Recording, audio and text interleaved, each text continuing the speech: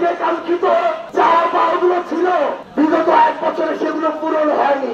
আমাদের এই যে লড়াই, এই লড়াই হচ্ছে এই জনগণ বিরোধী, দেশ বিরোধী, মানুষের স্বার্থ বিরোধী সকল ধরনের কালপ্রিটের বিরুদ্ধে।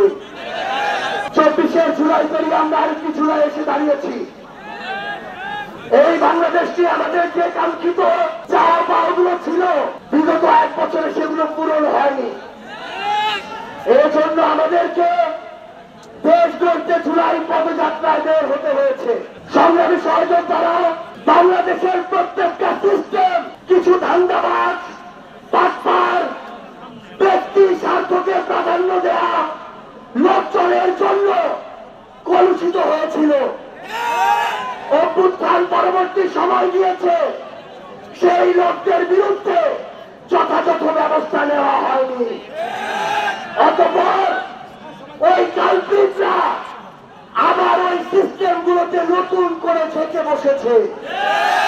তারা আবার সাহস পেয়েছে আপনাদের ওই ভূমি অফিস থেকে শুরু করে সদর হাসপাতাল থেকে শুরু করে পুলিশের স্টেশন, সেখান থেকে শুরু করে সরকারি অফিস, প্রত্যেকটা জায়গায় কিছু কিছু এমন মানুষ রয়েছে যারা এখনো জনগণের সেবক না হয়ে শোষক হয়ে উঠেছে। সংগ্রামী সহযোদ্ধারা, আমাদের এই যে লড়াই, এই লড়াই হচ্ছে এই জনগণ বিরোধী, দেশ বিরোধী, মানুষের স্বার্থ বিরোধী সকল ধরনের কালপ্রিটের বিরুদ্ধে। সংগ্রামী সহযোদ্ধারা, আমরা যখন এই নতুন লড়াইয়ে আপনাদেরকে সাথে নিয়ে নেমেছি, যখন ওই কালপ্রিট গুলো দেখছে যে আমাদের এই অগ্রযাত্রাকে কোনোভাবেই আটকানো যাচ্ছে না, তখন তারা বিভিন্ন ভাবে আপনাদেরকে আসতে বাধা দেওয়া শুরু করেছে। তখন তারা বিভিন্ন ভাবে আপনাদেরকে ভয় দেখানো শুরু করেছে। তখন তারা বিভিন্ন ভাবে পিছন থেকে ষড়যন্ত্র করা শুরু করেছে। তখন তারা সোশ্যাল মিডিয়া থেকে শুরু করে বিভিন্ন জায়গায় প্রোপাগান্ডা ছড়ানো শুরু করেছে। সংগ্রামী সহযোদ্ধারা, আমরা স্পষ্ট করে একটা কথা বলি, এই বাংলাদেশে আমরা অন্ধভাবে কাউকে বীর মানব না। কেউ যদি 95টা ভালো কাজ করে সেটার জন্য ভালো বলবো, আবার যদি 5টা খারাপ কাজ করে সেটার জন্য তাকে খারাপ বলবো। একইভাবে কেউ যদি 95টা খারাপ কাজ করে তাকে যেমন খারাপ বলবো, 5টা ভালো করলে সেটাও ভালো বলবো। এক্সট্রিম মশার কয়েল প্ল্যান্ট ফাইবার দিয়ে তৈরি, তাই সহজে ভাঙে না, সুগন্ধিযুক্ত ও নিরবিচ্ছিন্নভাবে জ্বলে। ডেঙ্গু, চিকুনগুনিয়া বাহি সহ যে কোনো মশার বিরুদ্ধে দেয় এক্সট্রিম সুরক্ষা। আমরা আগামীতে আমাদের এই বিবেককে আর কোনো দল, ব্যক্তি, গোষ্ঠী, মার্কা, প্রতিষ্ঠানের কাছে আর বন্ধ দিব না। সংগ্রামী সহযোদ্ধারা, আমরা ভুলি নাই এই বাংলাদেশে 24শে জুলাই তার পূর্বে কোন কোন প্রতিষ্ঠানগুলোকে শেখ হাসিনা কিভাবে ব্যবহার করেছিল। আমরা ভুলি নাই কিভাবে কোন প্রতিষ্ঠানগুলোকে ব্যবহার করে বিচার বহির্ভূত হত্যাকাণ্ড ঘটানো হয়েছিল। আমরা ভুলি নাই কিভাবে আয়না ঘরে বছরের পর বছর ধরে আমার মজলুম ভাইদেরকে বন্দী করে রাখা হয়েছিল।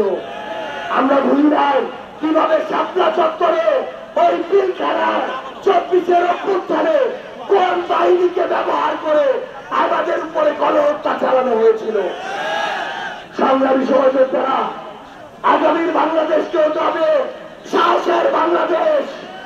আগামীর বাংলাদেশকে হতে হবে সামনে এগিয়ে চলার বাংলাদেশ।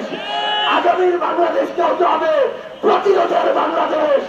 আগামীর বাংলাদেশ হতে হবে অন্যায়ের বিরুদ্ধে মাথা উঁচু করে প্রতিবাদ করার বাংলাদেশ।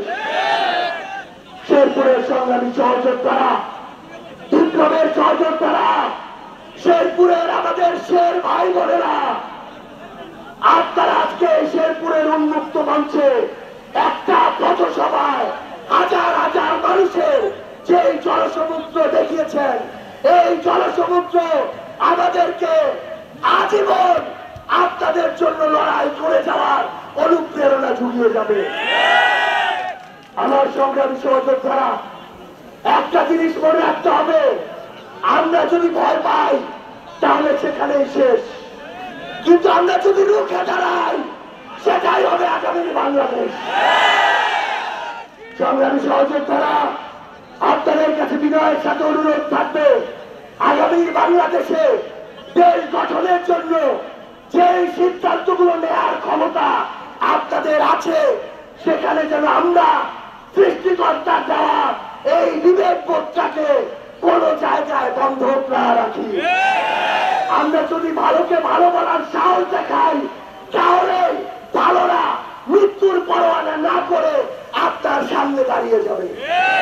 সংগ্রামী সহযোদ্ধারা, যদি বাংলাদেশকে কাঙ্ক্ষিত জায়গায় দেখতে চাই, নিজের দায়িত্বটা নিজের পালন করতে হবে। শুধুমাত্র অন্য দলের বলে, অন্য মতের বলে আমরা যেন কাউকে প্রতিপক্ষ না মনে করি, আমরা যেন কাউকে শত্রু না বানাই। ইনশাআল্লাহ আমরা ঐক্যবদ্ধভাবে আগামীর আমাদের কাঙ্ক্ষিত বাংলাদেশ গড়ব, জুলাইয়ের কাঙ্ক্ষিত বাংলাদেশ গড়ব, অভ্যুত্থানের কাঙ্ক্ষিত বাংলাদেশ গড়ব।